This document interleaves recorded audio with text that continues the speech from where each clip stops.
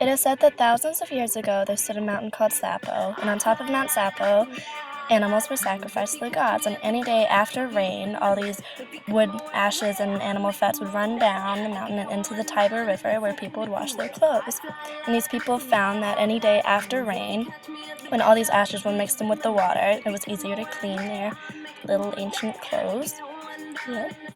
So to go back to the beginning of soap, we need to go back about 14 billion years ago to the Big Bang, where the universe and everything was created.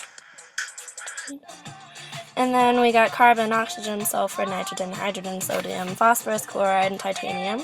Those are elements that are needed to create soap. And these elements could combine to form sodium tallowate, cocamidopropylbutane, and many others.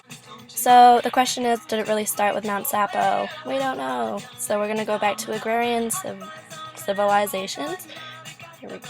So in 2800 BC, Babylon was producing soap. An excavation showed that they had clay tablets showing soap formulas where they created soap out of fats that were boiled with ashes.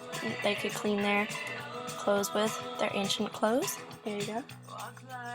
And then there was 1550 to 300 BC was Phoenicia.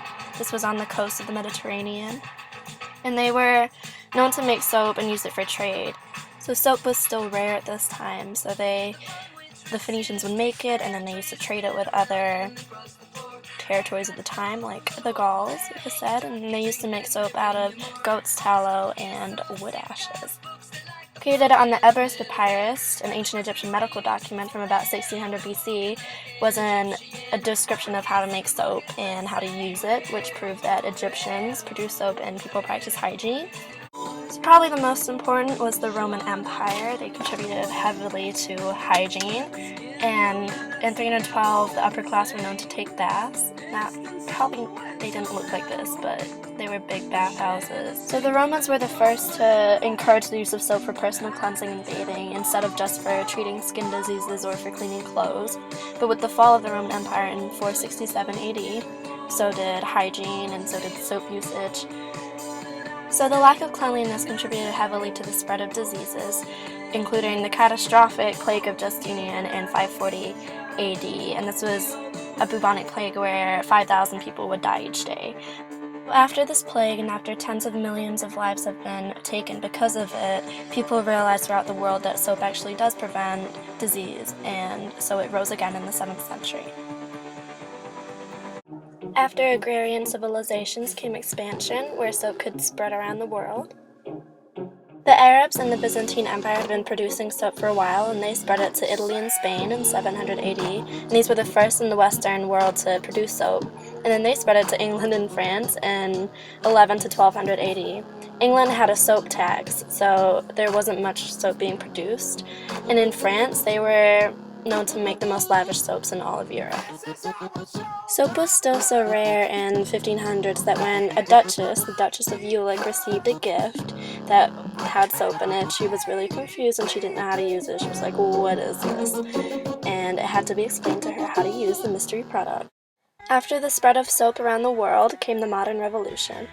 In 1791, a French chemist named Leblanc made the Leblanc process, which was a way of making soda ash, or sodium carbonate, from common salt. Soda ash was a major component of soap, so this really helped the industry become an industry and less a handicraft.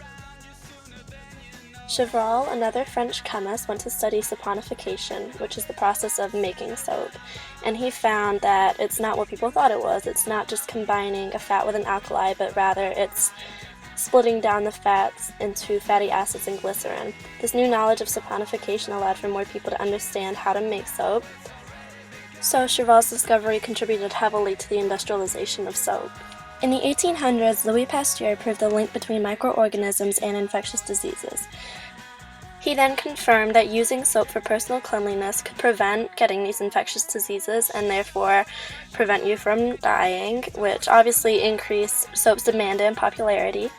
The soldiers in the Crimean War found that more of them would die from infectious disease than from actual battle, so they were taught to use soap and then brought this home with them. And once they told their families, this would just spread. I don't know how it went. I imagine it was something like, honey, I'm home. And then, his family was like, oh, hi. And then he was like, we should definitely start using soap. And this just spread. In the 1880s and the 1890s, new forms of soap were made. In the 1880s, it was borax, and this was just a soap that was used for laundry detergent, and it was just sodium tetraborate. That was the only ingredient, and this became very popular, especially in the US. In 1893, lava soap was made, and this was especially helpful for factory workers who needed to get heavy dirt from their hands. So these new formulas really helped contribute to soap's industrialization.